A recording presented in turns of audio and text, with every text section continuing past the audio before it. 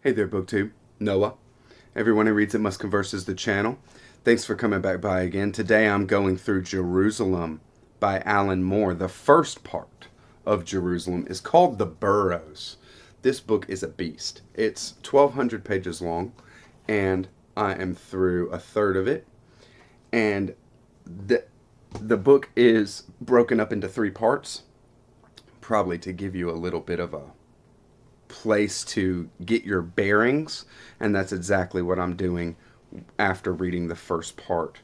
And gonna go through the first part and what I think that Alan Moore is doing here. I will say that this is one of the most enjoyable reading experiences that I've ever had. I usually withhold my judgment of books until I get to the end, because I'm big on author intent. I'm real big on letting an author give a story or an idea, things like this, the way that they give it, and then afterwards kind of trying to wrap my head around it and make a judgment whether I liked it or not. This book seems like it was written for me. Okay, the subject matter is right up my street. I love it.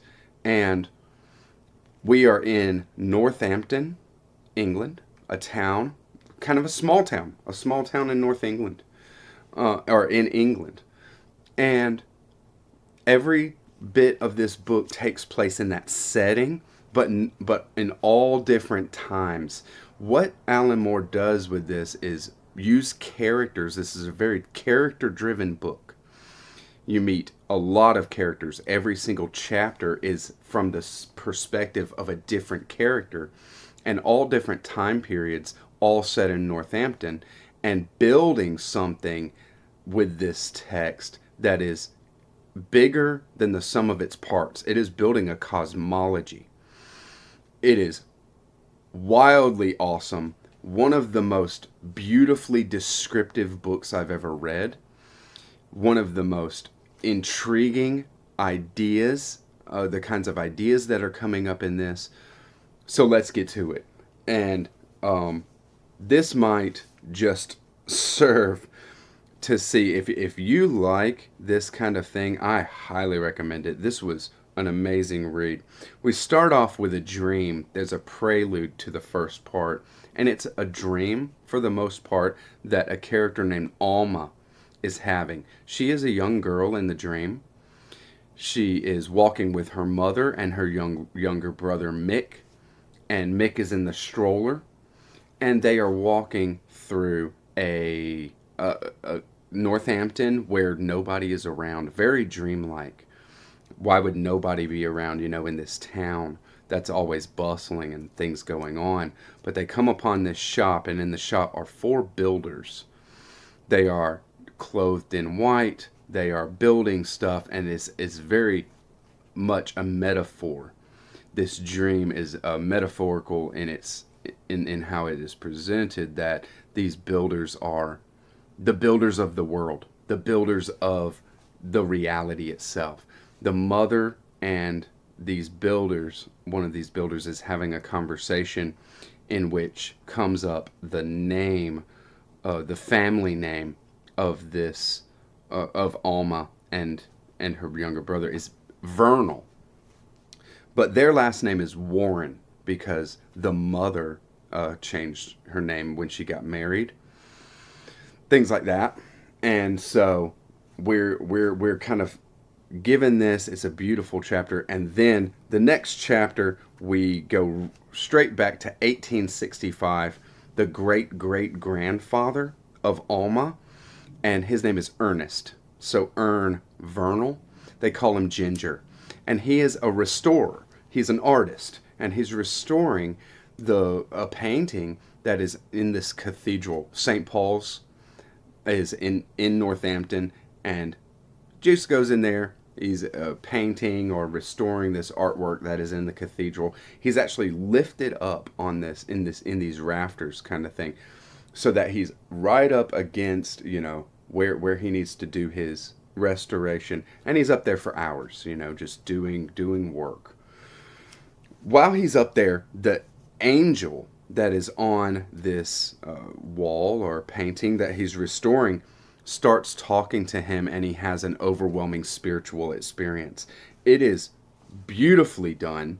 The way that Alan Moore describes these kinds of things, and everything in this book is beyond compare.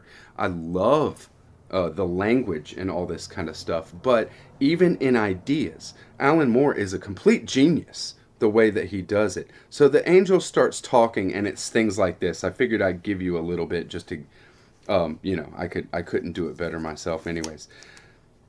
The quote is, "This will be very hard for you," it said, sounding concerned.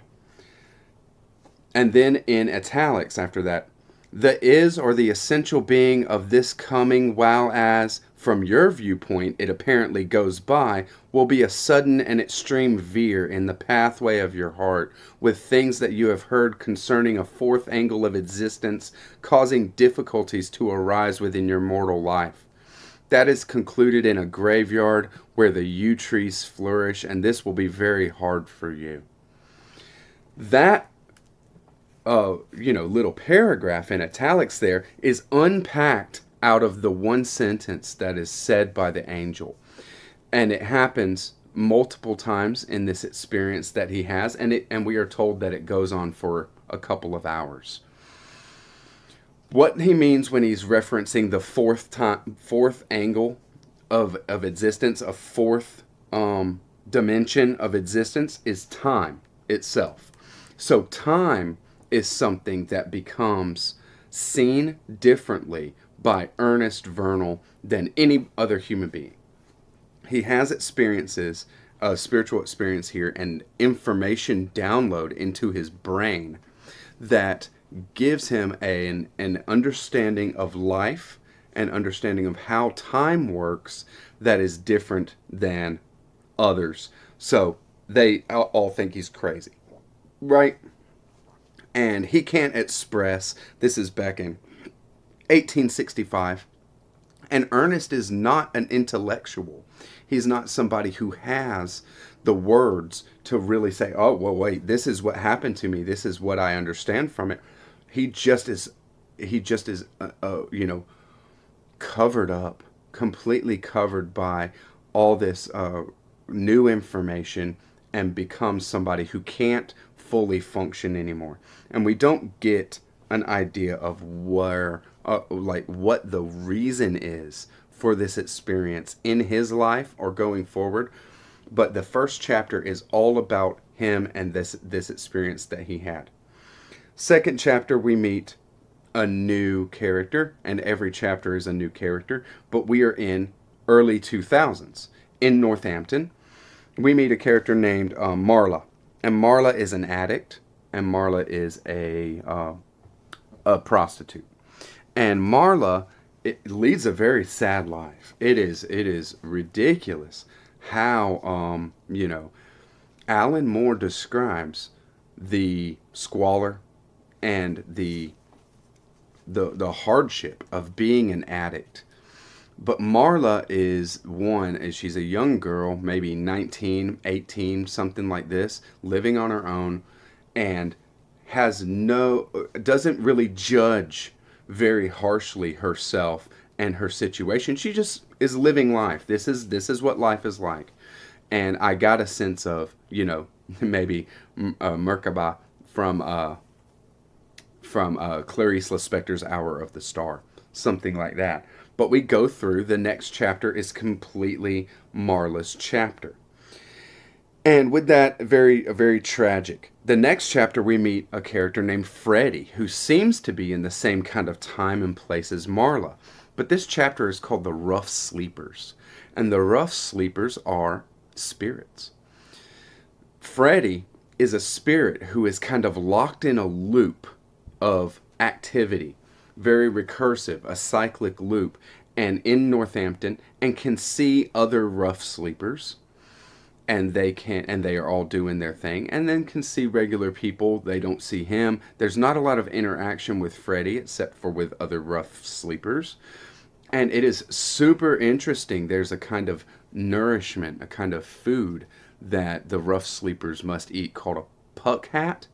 It's kind of a fruit that grows. And symbolism all through this stuff. Symbolism off the charts, but very much told by people. Whether these people are real people or spirits like this, everything in this book is very character driven, and you are able to just kind of go with them through the chapter, and you learn all about the city, all about the legends, the history, what's around, what people do. It is masterfully done. It is so cool. And Freddie and Marla are kind of wrapped up together. Freddie goes to the place where Marla lives and meets up with another rough sleeper that maybe in life they met up with, things like that. And Marla, in her chapter, it turns out has seen it, thought that she was kind of daydreaming and making something up for herself, but sees them. And he, Freddie, can see Marla. When Marla sees him, he sees Marla.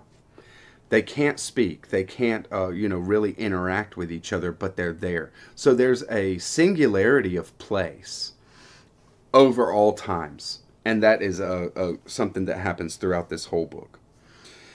No, the next chapter, which is chapter 4, is called X Marks the Spot. And that might be my favorite chapter in this whole first part. It is amazing. We're back in like the 300s. Some time period that is pre-medieval times. It is wild. And Peter, this monk, has been commissioned to bring a relic from Jerusalem to the center of his land.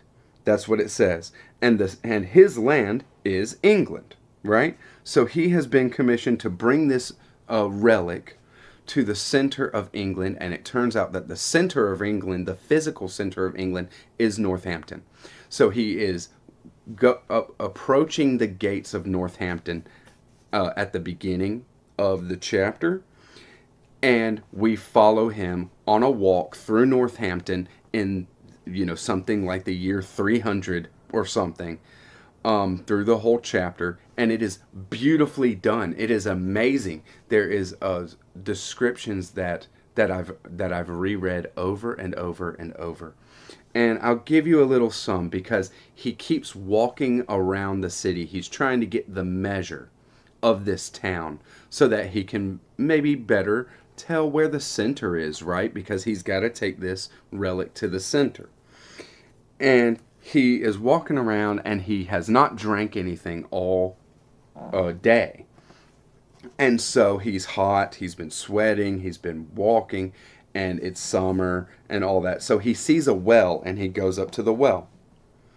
He turned the handhold on the winder so that more rope was unrolled, at which the brightly painted wooden bucket dropped away from him down its unfathomable hole. After some moments doing this, there came a faint splash from below, and soon thereafter he was hauling up a cup far heavier than was the one that he'd let down. The wetted cable squeaked. He could hear and feel the slosh against the swaying vessel's sides as it was pulled up from the dark bore into daylight. Tying off the rope, he drew the bucket to him and looked in, thirsty and eager. It was blood. The shock of it was like a blow that set the world to spin, so that he knew not his own thoughts. He felt it as if a very cavalry of different understandings were stampeding through him, trampling the reason with their dizzy, frightful rush. It was his own blood, where his throat was cut and he'd not known. It was the blood of Humton, come from generations of its people, poured downhill to drain in this buried reservoir. It was the blood of saints that St. John the Divine said should be quaffed at the world's end, when in 200 years from now it did occur. It was the Savior's blood, and by this sign it was announced to Peter that the land and the soil itself were Jesus' flesh. For like the barley and the things of the earth, he was not cut down Was it not cut down to grow up again?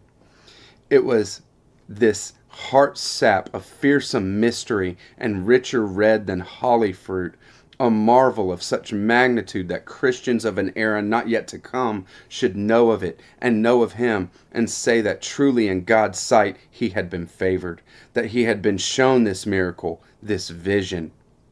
It was die. How was he so complete a fool? He'd seen the vivid cloths that were for sale upon the streets of drapers, yet had minded not from where they must have come. He set the bright red bucket down the well, yet thought that it was painted for a seal, and not that it was stained with his unceasing use. These signs had been as plain as daylight, saving to an idiot, yet in his fervor he was blinded to them, and almost thought himself already sainted. He resolved that he should not tell his brethren back in Madeshmested of this shameful error, even as a jest against himself, his puffed up folly and his vanity, lest they should know him for a prickhead. Laughing now how he had been tricked by Hampton, he thought that it likely that the water's color was achieved by iron rust out of the soil. It would not have harmed him greatly, but he was still uncommon glad that he had not quaffed deep without he looked. And so he thinks, and was there a true story here? Peter did not know, nor did he think it likely that the water in this present well thus be tainted, but he was happy that he had not put it to the test, lest his mistake had been proved a deadly one. So, was it, though the holy blood, as he supposed it had turned out not but die, in its material truth, was there not an ideal truth to be considered also, where the earthly stain was but a figure made to stand for that which was unearthly, and so without worldly form? Could not a thing have aspects more than one, in that it might be rust of iron when reckoned with the stick of reason, and yet be the very wine of Christ according to the measures of the heart? A well of dye this shade he'd never heard of before, so that it was not much less a wonder than it were the liquid that he had first thought. Whatever may have been the source, it was a sign to be made out. So there is this idea that the ultimate truth is an ideal. The ultimate truth is higher than what is, just known by the stick of reason, as he says. I love that part, and it's very, very cool.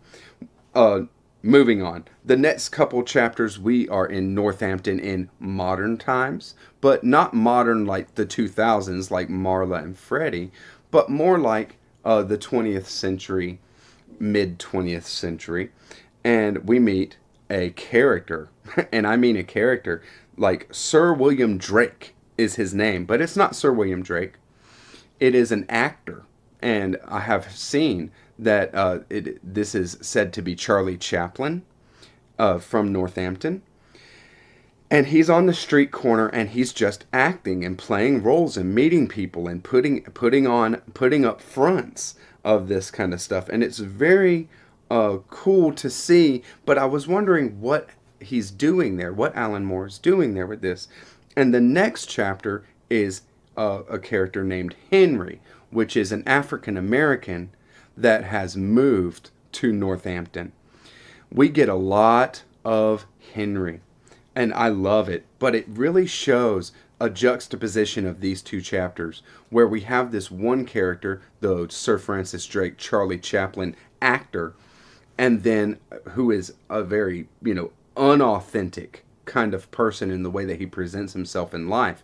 And then we have Henry, who is a worker, very practical, and ultimately very authentic in the way that he is with people and who he is in his life. The story of Henry is amazing, and in his chapter, he catches wind that the preacher, a preacher named Newton, had lived and worked in a church that is a town over from Northampton, and this preacher wrote Amazing Grace. He wrote the words and wrote the tune of Amazing Grace, which is a a song that is so deeply embedded in Henry's life that his slave parents would sing, and he saw his people singing under their oppression in the southern states. And it just, he has to go and see this this church and see if he can learn more about this preacher named Newton that had written these words. And when he gets there, there's a person there named I forget his name. I didn't write down his name, but he is like a custodian for the church, and he starts welcoming Henry in, and they have a conversation about Newton. And in this, he sees that Newton himself was a slave trader before becoming a preacher, and it totally wrecks his reasoning mind.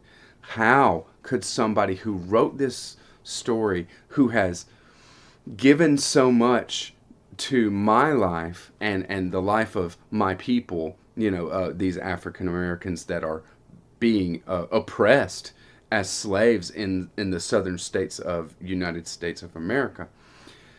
Why is it like this? Was it a lie? Is he a liar? Is he putting up a front with this, and this is something that he just did, but he didn't even really believe these words, these wonderful words that give hope to people and things like this. And he's struggling with this, and is so perceptive and so deep, and it is an exploration of judgment versus forgiveness. Do we judge people? How do you know people? You don't know somebody's inward life. We see the outer human beings around us, and we are in no position to make judgments on them. And it is an amazing exploration of judgment and forgiveness in that chapter. The next chapter, we meet a character named Benedict, and this is a chapter called Atlantis. And Benedict is a character that is an amazing character.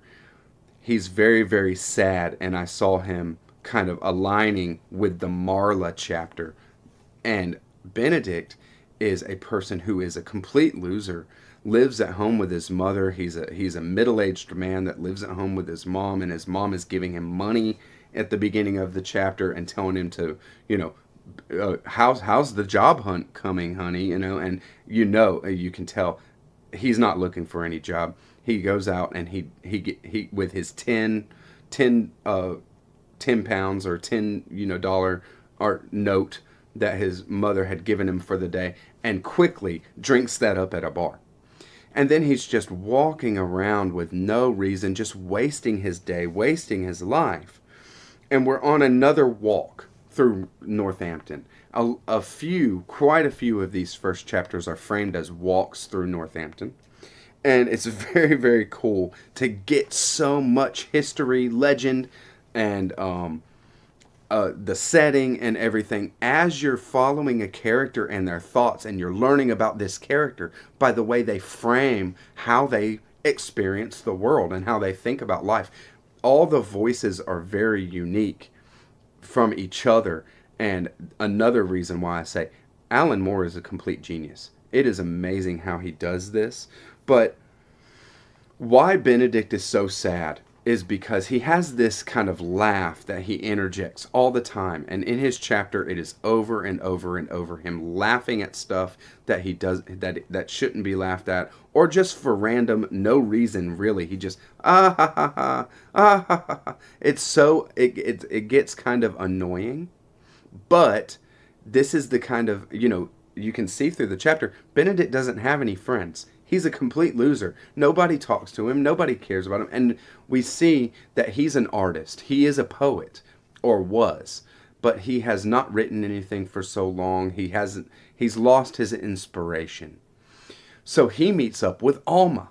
Alma is the character from the Prelude who had the dream, and he sees her, and she is a very successful artist. And she says, "I'm doing an exhibition, an exhibit. I have an exhibit of my artwork. You should come by and see it. It is for the Boroughs. I'm going to save the Boroughs. They're going to do something like tear down much of the Boroughs, maybe something like that, and rebuild and displace a lot of the families that have lived in the Boroughs for generations, the Vernalls and Warrens included." And so she has this idea to save the Boroughs with her art. She's putting this exhibit on, and they meet up. And Benedict is, "Hey, yeah, I'd love to see it," knowing that he's not going to come by. And then he turns into, and he is this person where he's asking her for money. He asks her for if she has any money, and she says, "Of course I do. I'm loaded." She's a very successful person, and she gives him $20. She gives him twice the amount of money that he had at the beginning of the chapter, and he is like this savior figure has come upon him and graced him. He's thanking God for what has just happened, and he goes and spends the rest of his night wasting time, using his defense mechanism to cope with people. But he runs into Marla. He meets up with her like on the street corner. And then I remembered this meeting happened in the Marla chapter. So much of this stuff is happening on the same day, and we're getting different interactions from different characters. It is masterfully done. It is beautiful.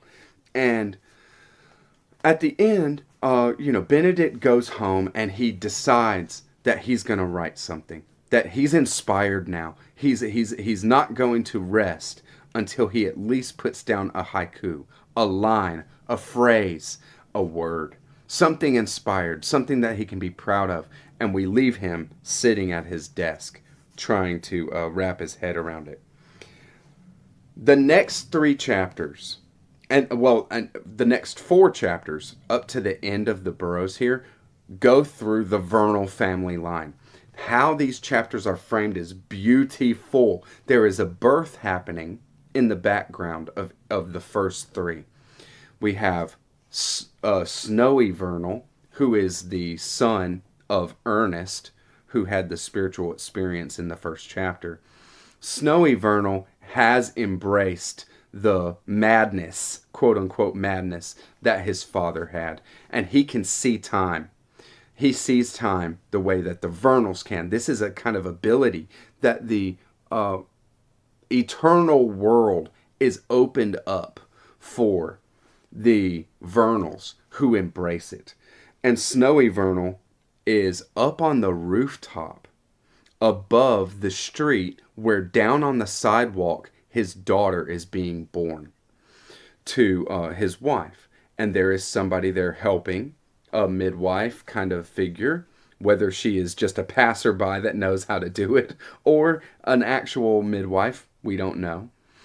And it is amazing chapter to see a character who has this kind of idea of time that seems to be deterministic.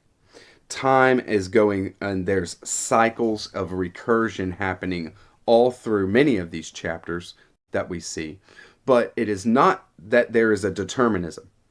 It's that the eternal world is open to these to the Vernalls that give into this. So it's not that there is no choice. It's that the choices have already been made.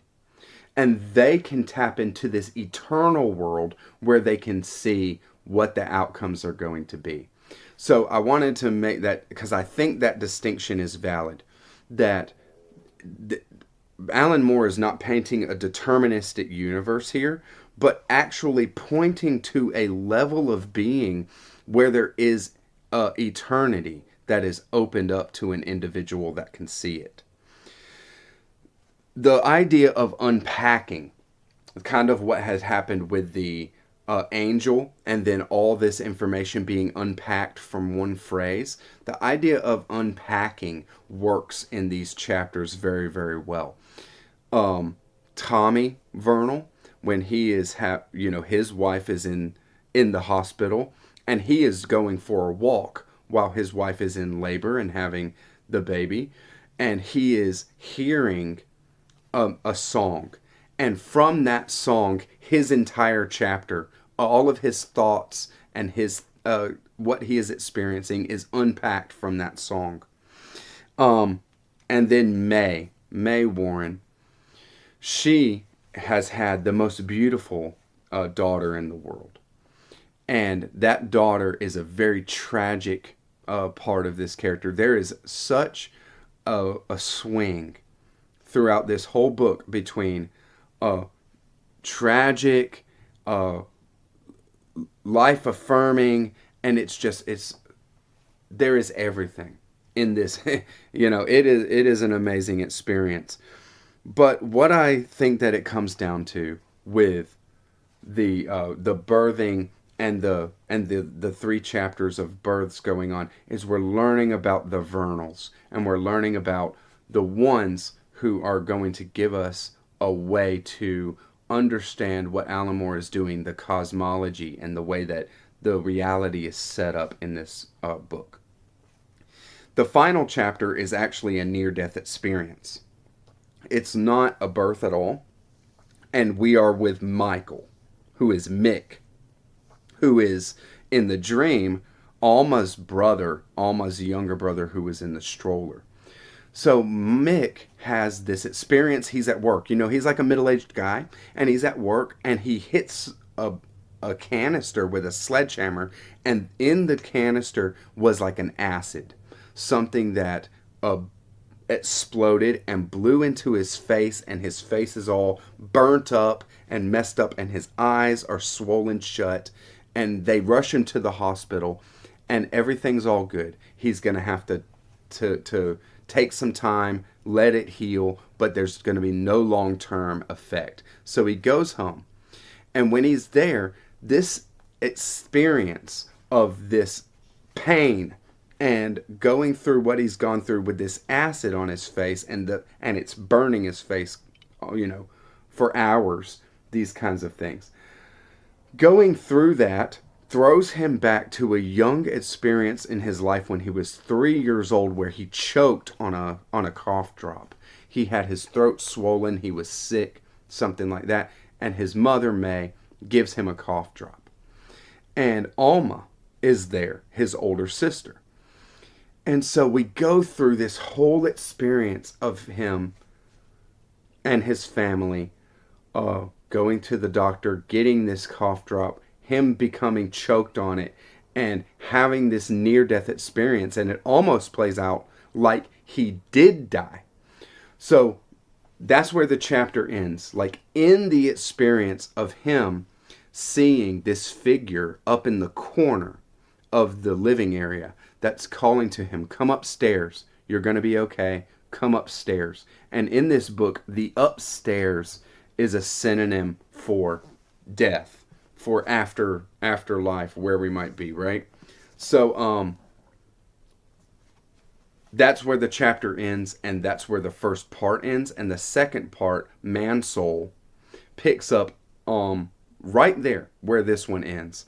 So I'll give you more when I get more, but there is a little overview of what my experience with Alan Moore's Jerusalem is, and I cannot recommend it enough. Thank you very much, BookTube. Catch you on the next one. Bye-bye.